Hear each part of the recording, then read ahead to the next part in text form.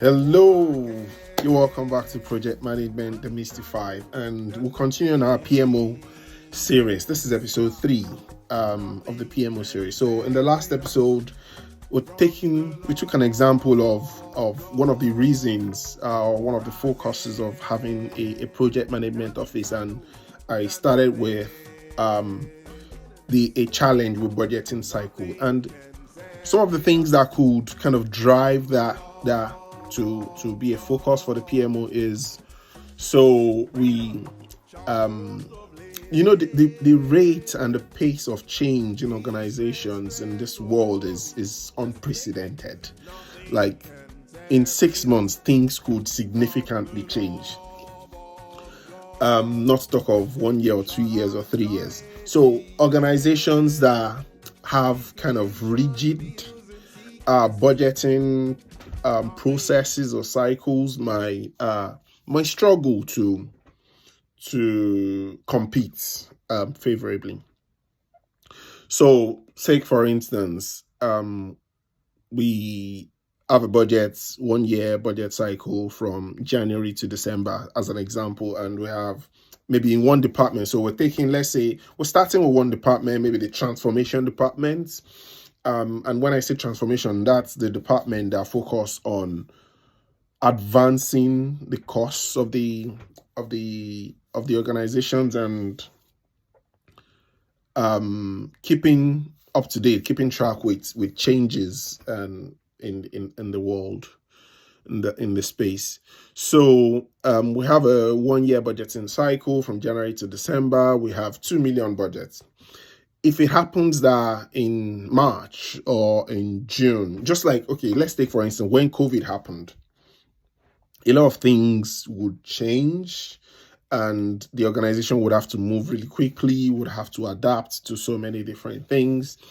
We would have to go back to ask for budgets because what we planned is not what's happening.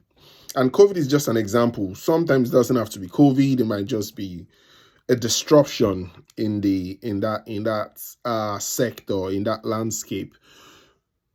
So the organization and the senior stakeholders, the PMO, have seen that that's a challenge, and one of the ways they can approach that is to set up a project management office that would manage the budgeting cycle. So let's say the budgeting cycle is every 3 years, and every year you will be reviewing it. So there will be persistent and very creative ways of managing changes. So funds are not unlimited.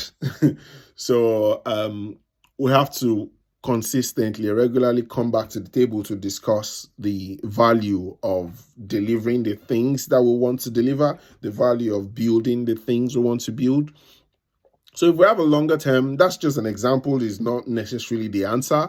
If you have a longer term budgeting cycle or a PM office that is dedicated to looking after the budget and the budgeting challenges, because without the PMO, it means that it's the project manager or it's the heads of departments that will be having these conversations. But if there's a PMO that is coming from an objective standpoint, so the PMO is managing all the portfolio and can objectively focus on the value that will be delivered. And as I said in one of the episodes, that some in an agile environment, some organizations are now setting up value management office. So the PMO will be dedicated and objective and focusing on the actual value that will be delivered. So there'll be ongoing conversations, maybe monthly, quarterly, that will come back to the table to review how the budget is being spent. So how are you on track? So if my organization, if my department has $1 million to spend, another department has 1 million to spend, another department has 1 million to spend. If we're forecasted, let's say 1.2 million, so it's easy for me to describe 1.2 million in a year, that's 100,000 monthly. And say we're forecasted to spend 100,000 every month. If we come to month 5 and one department has spent 500,000, they're on track. One has spent 700,000, they spent more than the budget, and one has spent 300,000, they spent less than they should be sending.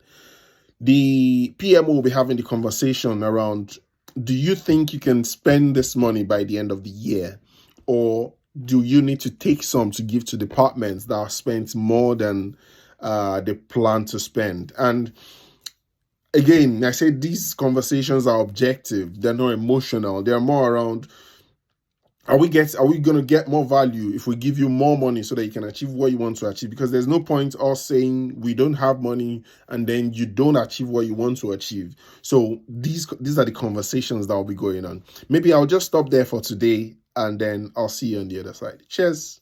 Bye-bye.